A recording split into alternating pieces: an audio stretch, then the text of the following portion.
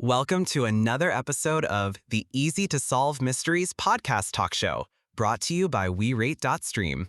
Hey, I'm Marcus. And I'm Lena. Tonight, a quick modern mystery from the city. Part story, part clue work. Ready? It started at the Yellow Line Cafe on East 49th. Rain had slicked the sidewalk into mirrors. At 9:07 p.m., the barista, Jamal, handed a takeaway cup to a woman in a blue jacket. She tipped the paper cup into her tote, walked across the street, and vanished into the subway entrance. Vanished, just like that. She left behind a folded receipt on table 5. It had a single scribble. Call if needed, 212-555-0119. No name. And here's the kicker. The cafe cameras cut out for 60 seconds just as she reached the stairs.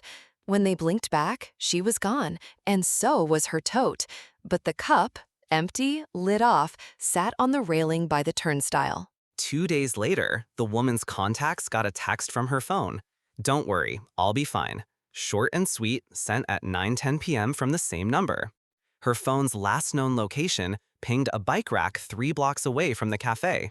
And get this, her tote later turned up in a laundromat 2 neighborhoods over, with a receipt from a tailor for a tiny alteration and a single subway token tucked into an inner pocket. Okay, things are getting weirder.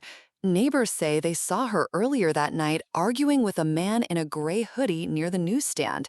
He walked away alone. The hoodie was never found on camera. No sign of violence. Her apartment door was locked from inside when the police checked 3 days later. The only odd thing?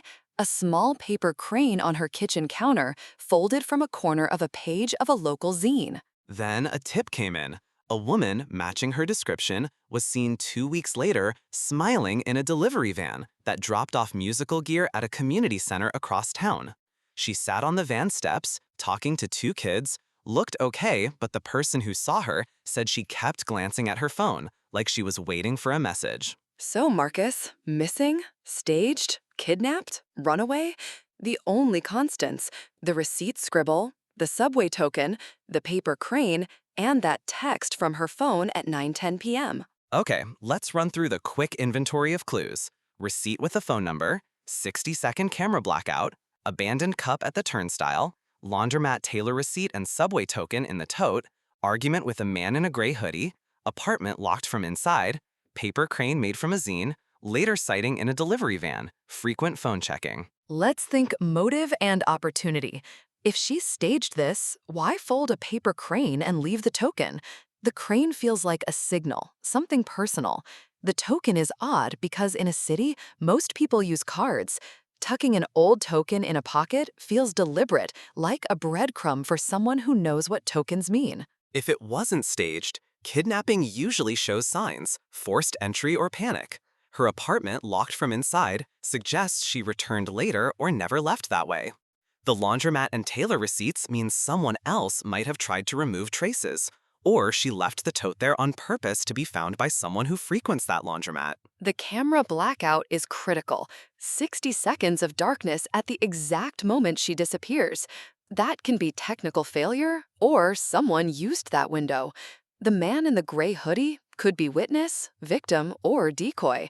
The later sighting in a van and the phone checking suggests she was under watch but not physically restrained, or that she was cooperating but nervous. All right, Lena, let's propose a few testable theories. Theory A. She staged her own disappearance.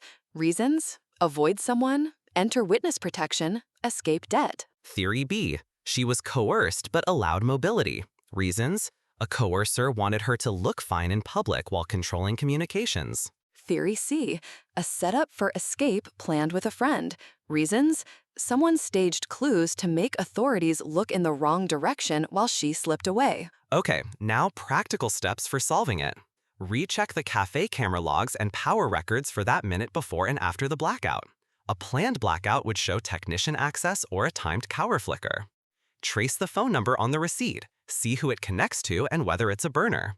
Pull cell tower data and call logs for the phone that sent the 9:10 p.m. message. If I had to pick the likeliest scenario from the clues, she arranged to be picked up by a small, tight crew to escape a mounting threat.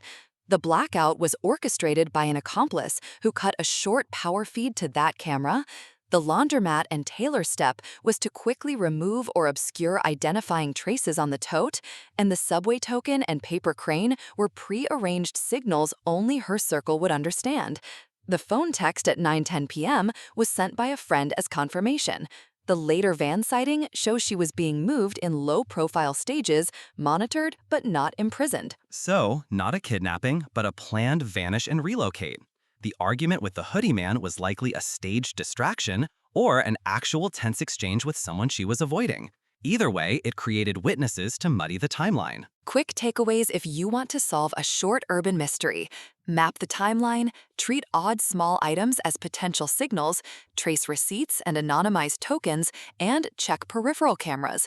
They often catch the person who isn't the center of attention. Well, we hope you enjoyed another one of our episodes. And don't forget to like, share, and subscribe to our channel. And of course, leave a comment to tell us what you think. See you next time.